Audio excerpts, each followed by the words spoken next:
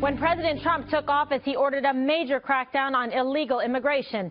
Today, his Homeland Security Department laid out the plans to implement his executive orders, issuing new guidelines to agencies to tighten security at our border and to deport criminals in this country illegally. The changes would spare so-called dreamers, leaving protections in place for those who came here illegally as children. Here was the president on the implementation today. We have to have a safe country. We have to let people come in that are going to love the country. This is about love. This building is about love. And we have to have people come in that are going to love the country, not people that are going to harm the country. And I think a lot of people agree with me on that. What about the Dreamers? We're going to try and take care of the Dreamers very, very much.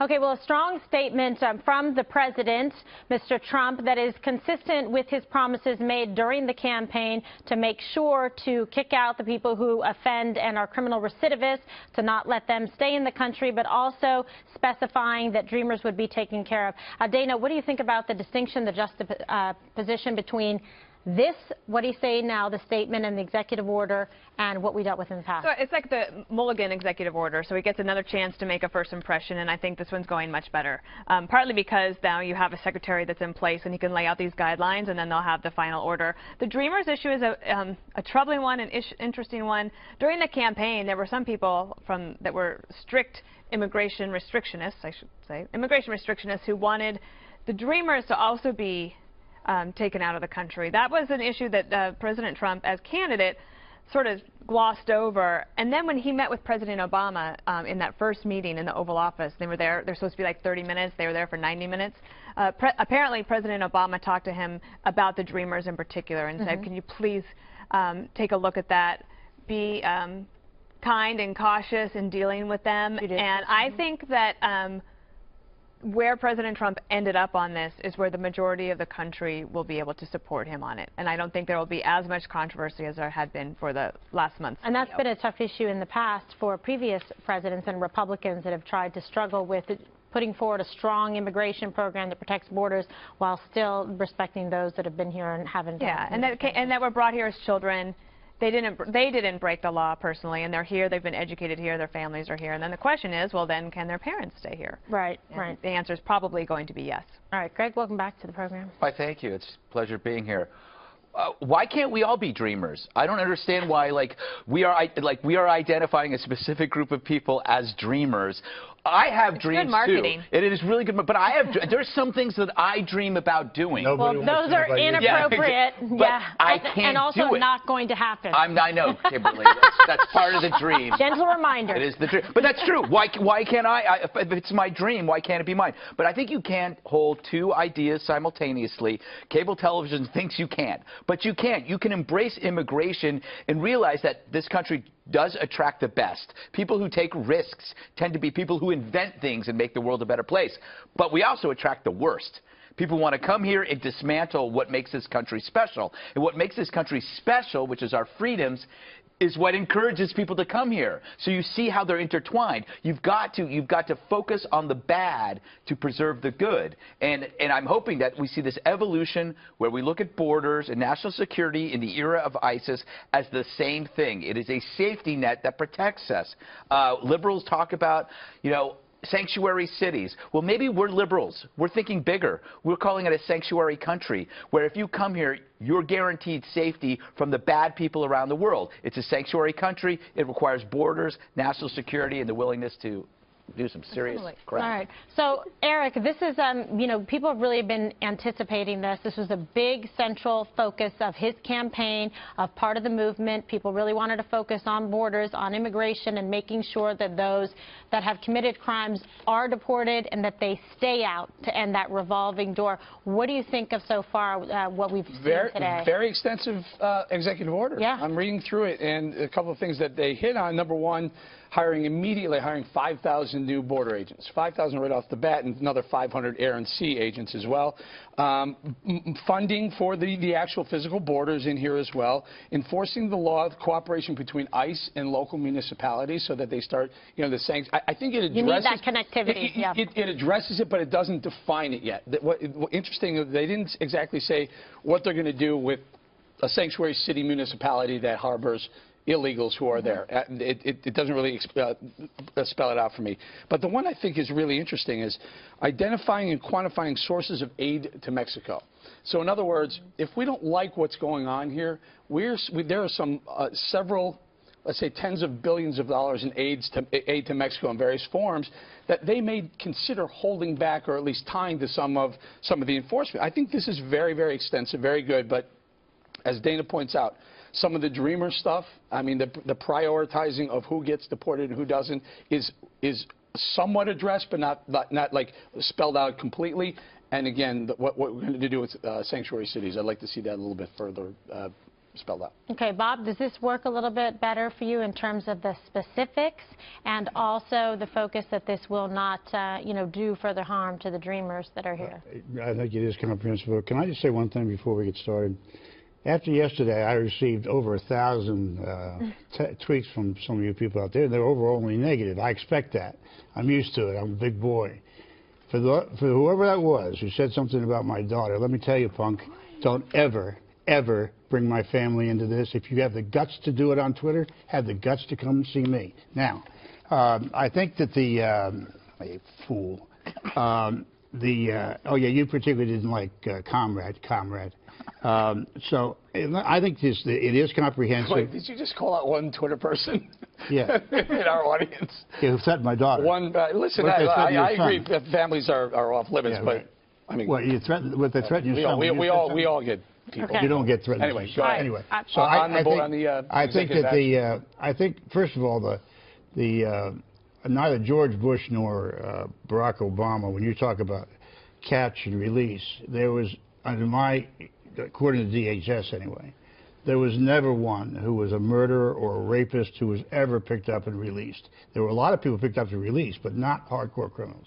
That's one. Two, I think if you look at this order and you go through it extensively, it really does open up the possibility of getting, say, 10 million people fall into that category. Mm-hmm. The question is, who's going to pay for all this? This is $100 billion between this and the wall. And the other thing I'd say about the wall, there's 600 and some odd miles of the wall. In the last 3 years, 9,752 people went over that wall and are in the United States. So it's a waste of fundamental. Excuse me. Yeah, I have a follow-up question for you. Fundamental waste of money, and they're never going to build it. It's 1,900 miles, by the way. Well, my question about that is how you deal with the eminent domain thing. That's the thing I don't get. It's not going to happen, Greg. It's just not going to happen. But can they? I mean, has he addressed that? No, anywhere? Other administrations have. Yeah, they have addressed it. Yeah, he has. He's going to. He said from the very But how can he meet with each person? He was going to use eminent domain to build this border wall. But he lost with that one woman. What was her name? Vera? The governments have lost with about 10 people, ranchers. They're not going to do it. All right, so this issue was covered as well in the press conference today with Press Secretary Sean Spicer fielding questions on the new immigration guidelines earlier, and he was asked if mass deportation was one of the administration's goals. No, not at all. This isn't. Look, I think what we have to get back to is understanding a couple things. There's a law in place that says, if you're in this country illegally, that we have an obligation to make sure that the people who are in our country are here legally. What the order sets out today is ensures that the million or so people that have been adjudicated already, that ICE creates a system of prioritization, and make sure that we walk through that system in a way that protects this country. Okay, so what's wrong with that? These are people who have already had an adjudication. There has been due process provided, given, and a determination made, Eric. So the next step is it actually needs to be enforced.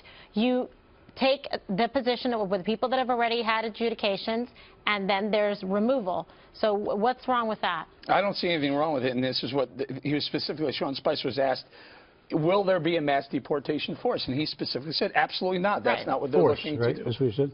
That was the question? Force, right? Force, and also will there be mass deportations? He said no.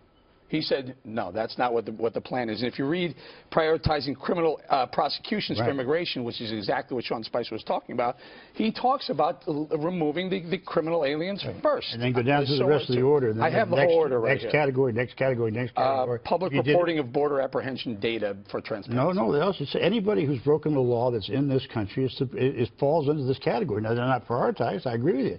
And the ones who are the least likely to be a problem are down near the bottom. But they all are under this order. And that means if you want to get rid of 10 million people, it's going to cost you. First of all. So Bob, you remember, you just said something that yes. You said there haven't been anyone that committed serious crimes that were released, caught and released. But there have been many aliens who've been released who've committed massive numbers of crimes, massive numbers of violent crime, murder, rape, kidnapping, violent felonies. I understand what you're saying. If they were caught, then they were sent back home. Not always. No. Yes, they're sent back home, and then they come back in. Do you think that's going to stop here?